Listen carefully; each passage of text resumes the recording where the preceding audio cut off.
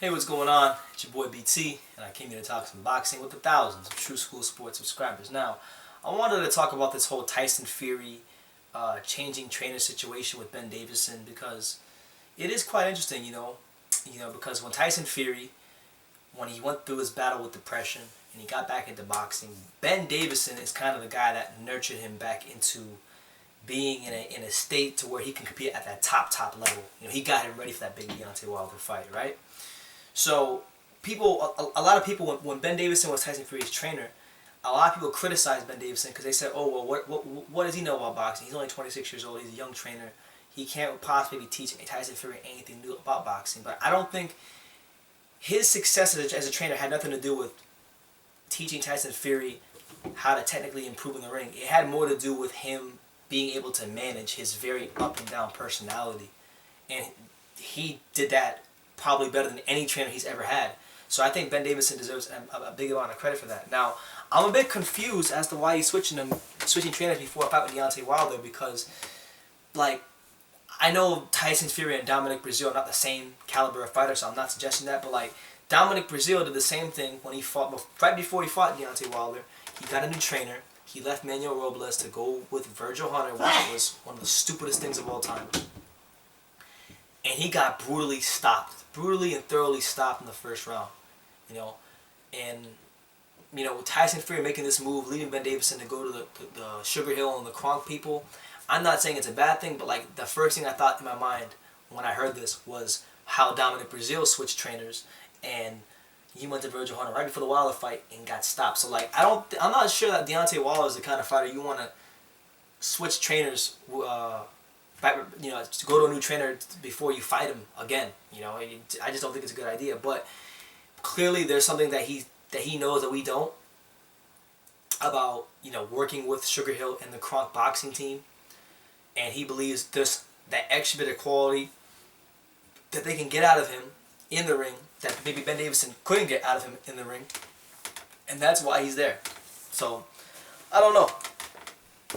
I've watched a couple of videos. Like I've watched a couple of videos about this. Like I watched YB. So hey, big shout out to my main man YB, the last LDBC Slayer. Go subscribe to him. I'll even leave his channel right here. I like the guy. He's a good channel.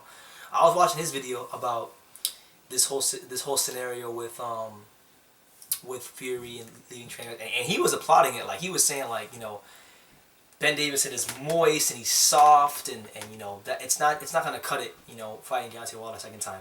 And he thinks that it's good because he's beginning to see Tyson Fury become more of like the alpha again, because he thought that Tyson Fury was getting a bit soft under Ben Davison. And you know what? Like if you look at after the first Wilder fight, because they had built up to that fight, he had begun to take on more media obligations. He signed the ESPN deal. And maybe there was that extra bit of dog that Tyson Fury was missing. And, he went life and death with the Otto Wallins of the world, in his last fight. So it's fair enough. It's fair enough. And Tyson Fury got criticized by his own father for Ben Davison's lack of training and being able to get him ready for a fight. So I look at this also as Tyson Fury listening to the advice of his father.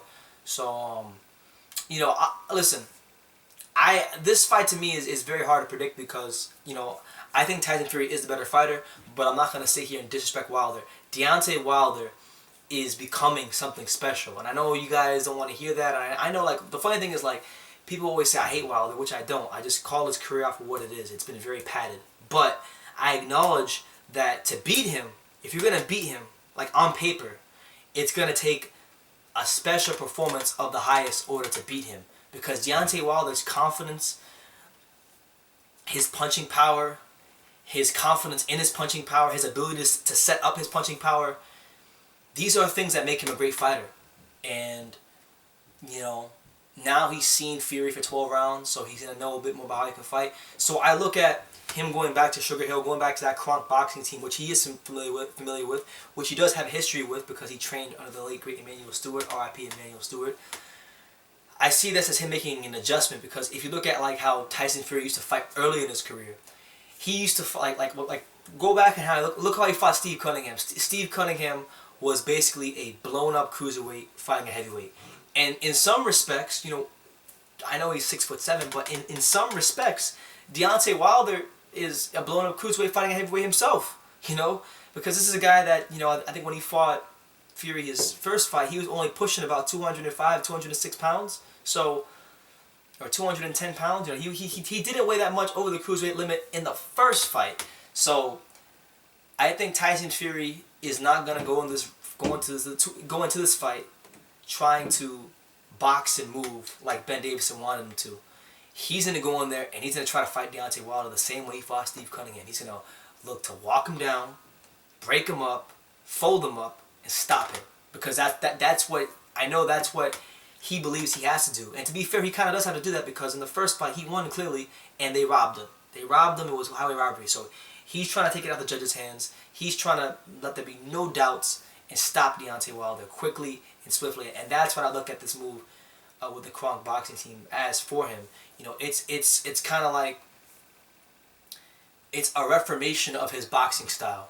You know, because there's this perception that Tyson Fury has always been this, you know, stay on the outside, jab, jab, slip, slip, move, feint, jab. Like there's this perception that he's always been that guy, when that's not the case. You know, if we look at how he fought Steve Cunningham, a talented fighter, you know, a blown up cruiserweight who moved up to heavyweight, he wasn't fighting that way against Steve Cunningham. He was walking him down. He was in the pocket. He was at mid range. He stopped him, you know, walking him down. If we look at earlier in his career, when he fought the likes of like, I believe when he fought John McDermott the second time, or the first fight, I can't remember which fight it was with John McDermott, but one of the fights with John McDermott, when he was at British level, you know, he was trading. Tyson Fury can, listen, he can be a dog if he has to be a dog, and I think this fight requires for him to be a dog. I don't think this fight's going to be a fight where he can box, and stay on the outside and be content to do that, because he's running the risk of getting robbed and maybe even getting clipped. And like, you know, shout out to Stacey McKinley, the great Stacey McKinley, boxing trainer. He always said that, you know, the best way to take away somebody's power is to go to the power. You know, and I think that's what Fury's going to do this fight. So, you know, he's got the positive thing is this like switch of trainers from Ben Davison to the Sugar Hill and the Kronk boxing team. This isn't a complete like switch, because he has familiarity with these guys. He trained with these guys.